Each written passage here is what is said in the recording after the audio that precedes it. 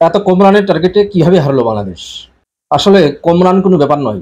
কারণ এখানে এই মাঠটিতেই কিছুদিন আগে সাউথ আফ্রিকা নেদারল্যান্ডসের বিপক্ষে ১০৪ রানের টার্গেটে খেলতে নেমে ১৮.৫ ওভার পর্যন্ত ব্যাট করেছিল এবং শেষ পর্যন্ত ৪ উইকেটে কিন্তু জিতেছিল।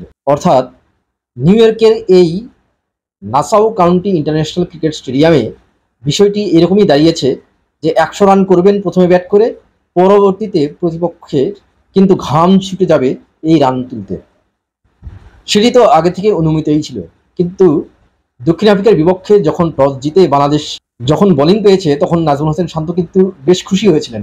তিনি ভেবেছিলেন কম রানের মধ্যে সাউথ আফ্রিকাকে আটকে রেখে পরবর্তীতে ব্যাট করে সেটি ছুঁয়ে ফেলবেন। উদাহরণ ছিল উল্টোটা। কারণ এখানে আয়ারল্যান্ড এবং কানাডার মধ্যে যে ম্যাচটি হয়েছিল, সেখানে কানাডা কিন্তু আগে ব্যাট করে ১৩৭ রান করেছিল, পরে আয়ারল্যান্ড ১২৫ রান করতে সক্ষম হয়েছে, অর্থাৎ ১২ রানে হেরেছে। আরেকটি ম্যাচ যদি দেখি, যে ভারত পাকিস্তানের মধ্যে যে স্নায়ুচাপের ম্যাচটি থাকে, সবসময় উত্তেজনাপূর্ণ ম্যাচ থাকে এবং দুজনের মধ্যে খুব চরম প্রতিদ্বন্দ্বিতাপূর্ণ ম্যাচ হয়, সেই ম্যাচটিতে কিন্তু ভারত ১১৯ রান করে সেটি ডিফেন্ড করেছে, অর্থাৎ ৬ রানে জিতেছে। ১১৩ রান করতে পেরেছে পাকিস্তান দল, অল আউট কিন্তু হয়নি। তার মানে এখানে পরে ব্যাট করে সেই রানটাকে পেরিয়ে যাওয়া কিন্তু খুব কঠিন।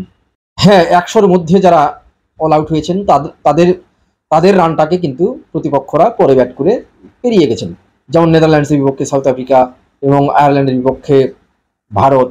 কারণ আয়ারল্যান্ড ওখানে ৯৬ রান করেছিল, পরে ভারত কিন্তু ১২.২ ওভারে ৯৭ রান তুলে জিতে যায়। এছাড়া যদি দেখি, শ্রীলঙ্কা ৭৭ রান করেছিল, পরে সাউথ আফ্রিকা সেই রান করতে গিয়ে কিন্তু ১৭ ওভার পর্যন্ত খেলেছিল, অর্থাৎ ৪ উইকেটে ৮০ রান করে শেষ পর্যন্ত সেই স্নায়ুচাপের ম্যাচে জিতে যায়। অর্থাৎ একেবারে ইজি নয় পরে ব্যাট করে এখানে জেতা। সেইটি আসলে সাউথ আফ্রিকার একটি এক্সপিরিয়েন্স হয়ে গিয়েছিল। দুটি ম্যাচ তারা খেলে ফেলেছিল, শ্রীলঙ্কার বিপক্ষে এবং নেদারল্যান্ডসের বিপক্ষে। দুটি ম্যাচই তারা পরে ব্যাট করার সুযোগ পেয়েছে এবং পরে ব্যাট করে তারা আসলে বুঝতে পেরেছে যে এখানে ব্যাট করাটা কত কঠিন, পরে রান তারা করে জেতাটা কত কঠিন। সেই কারণে কিন্তু তারা বাংলাদেশের বিপক্ষে টস জিতে আগে ব্যাটিং নিয়েছিল এবং ব্যাট করে তারা ১১৩ রান তুললেও, ৭ উইকেটে মাত্র ১১৩ রান তুললেও অনেক খুশি ছিল। আবার বাংলাদেশ তাদেরকে ১১৩ রানের মধ্যে বেঁধে ফেলে বাংলাদেশও কিন্তু যথেষ্ট খুশি ছিল। কারণ হচ্ছে বাংলাদেশ এই মাঠে একটি ওয়ার্ম আপ ম্যাচ খেলেছিল, আপনারা জানেন, ভারতের বিপক্ষে। সেই ম্যাচটিতে ভারত ১৮২ রান তুলেছিল, বাংলাদেশ পরবর্তীতে কিন্তু ৯ উইকেটে ১২২ রান করে। তবে সেই একই রকম উইকেট কিন্তু এই ম্যাচটিতে ছিল না। এই ম্যাচের উইকেটটা একটু ভিন্ন ছিল। কারণ হচ্ছে সেই ম্যাচে ১৮২ রান যেহেতু ভারত করতে পেরেছিল, সেই কারণেই কিন্তু বাংলাদেশ পরে ব্যাট করে ১২২ পর্যন্ত যেতে পেরেছে।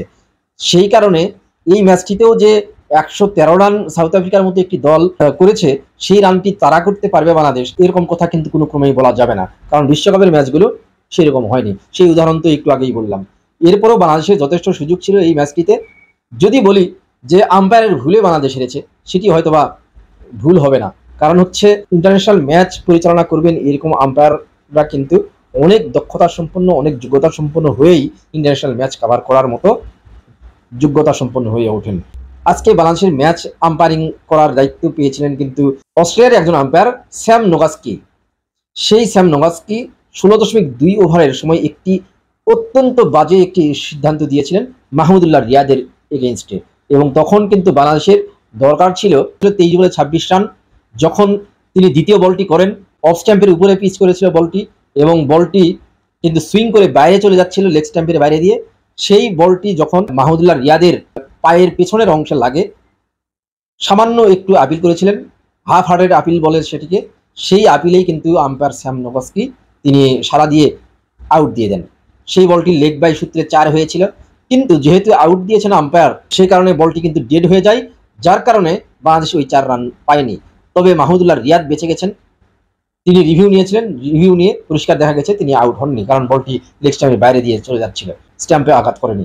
এটি একদম যারা নগণ্য আম্পায়ারিংটা বোঝেন, যারা কিছুটা ক্রিকেট বোঝেন, যারা ক্রিকেটটা নিয়মিত দেখেন, তারাও কিন্তু খালি চোখে বলবেন যে এটি আউট ছিল না। কোনোভাবেই এটি আউট কেউ দিবেন না। সেখানে আম্পায়ার নোগাস্কি কেন এটি আউট দিয়েছিলেন, এবং সেই আউটের কারণে কিন্তু বাংলাদেশ লেগ বাই থেকে ৪ রান পায়নি। ওই ৪ রান পেলে কিন্তু বাংলাদেশের ২৩ বলে ২৬ রানের যে প্রয়োজন ছিল, ২২ বলে কিন্তু সেখানে ২২ রানের প্রয়োজন পড়তো, এবং সেই ৪ রানেই কিন্তু বাংলাদেশ শেষ পর্যন্ত হেরেছে। ওই ৪ রান তো হয়নি, সেই বলটি ডট গিয়েছিল, অর্থাৎ ওই বলটিতে কোনো রানই পায়নি বাংলাদেশ দল। সেটি হয়েছে অনেক বড় লস। এছাড়া যদি বলি, জাকির আলী অনেক বেশ কয়েকটি ফুল টস বল পেয়েছিলেন, খুব ইজি বল পেয়েছিলেন। তিনি কিন্তু এই স্নায়ু চাপের ম্যাচে সেই বলগুলোকে 4 কিংবা 2 রানে কনভার্ট করতে পারেননি, ভালো শট নিতে পারেননি। সেই কারণেও কিন্তু বাংলাদেশ দল এগোতে পারেনি। আর শেষ পর্যন্ত এ কারণেই কিন্তু বাংলাদেশ দল হেরে গেছে।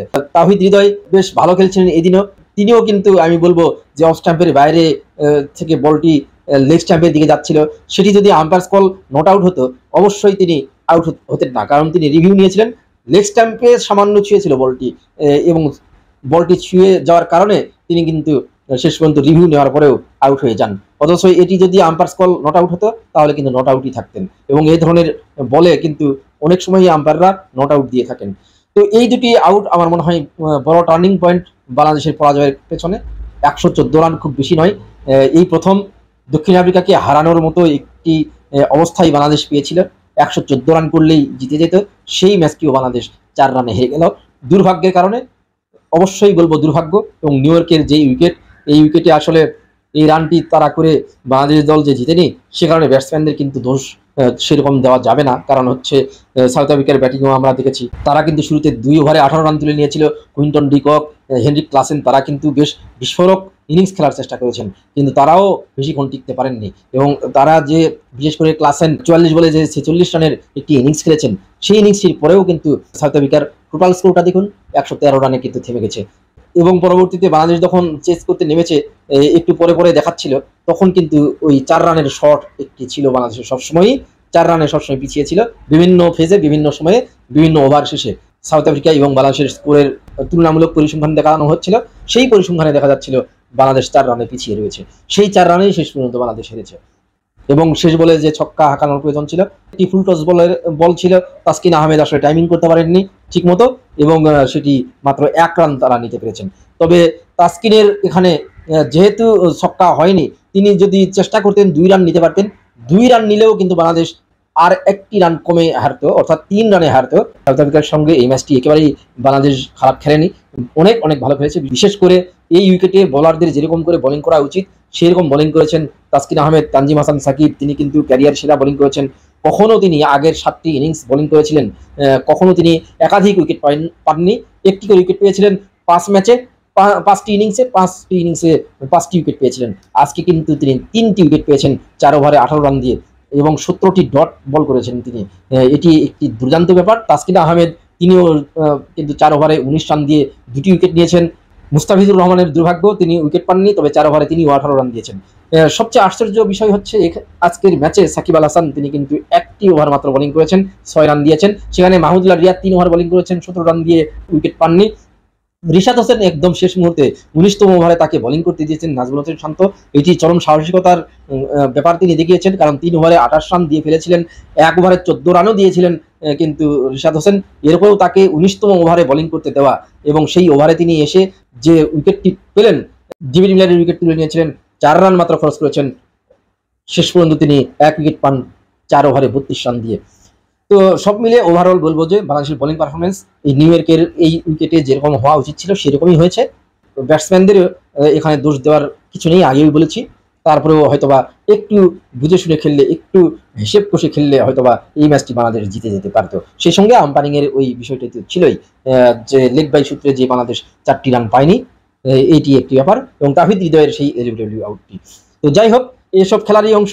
বাংলাদেশ হেরেছে ঠিকই, তবে এই হারে বাংলাদেশের আসলে হতাশ হওয়ার কিছু নেই। সামনে 2টি ম্যাচ রয়েছে ওয়েস্ট ইন্ডিজের মাটিতে, সেখানে নিশ্চয়ই করে বাংলাদেশ দল নেপাল এবং নেদারল্যান্ডসের বিপক্ষে জিতবে। দেখা যাক বাংলাদেশ সঠিক পরিকল্পনার মাধ্যমে সেটি করতে পারে কিনা।